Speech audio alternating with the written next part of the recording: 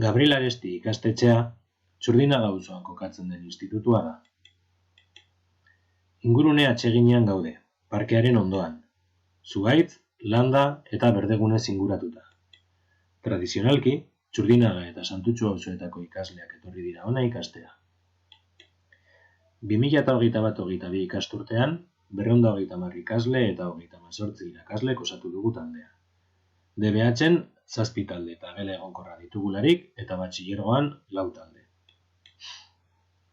DBH-ko ordutegia honakoa da. Goizetan 8etan sartzen gara.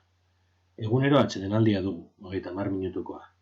Astearte eta ostiraletan, ordu 2etan bukatzen dugu jarduna. Astelehen, asteazken eta ostegunetan aldiz, ordu 1 eta 5etan bazkal ordua dugu eta arratsaldez saio bat ematen dugu, 3:25 gutxitik 3:30etara.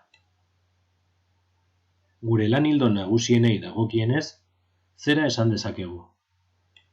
Euskara, hezkidetza, bizikidetza, informazio eta komunikazio teknologiak, ingurunearekiko konpromisoa, metodologia berriak, inklusioa, aniztasunaren trataera eta eleaniztasunaren inguruan egiten dugun lanak ezaugarritzen gaituela. Honez gain, DBH eta batxilergoan zehar, egonaldi, barnetegi, elkartruke eta bidaiak egiten ditugu. DBH-ko hezkuntza eskaintzari buruz, aipatuko genuke ohiko irakasgai komunak eta aukerako ikasgaiak eskaintzen ditugula.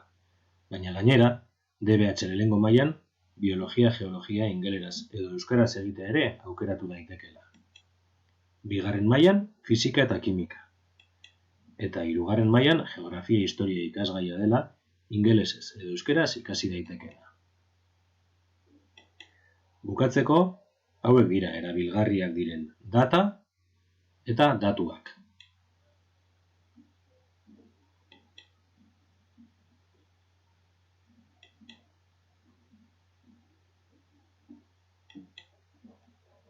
Eskerrik asko.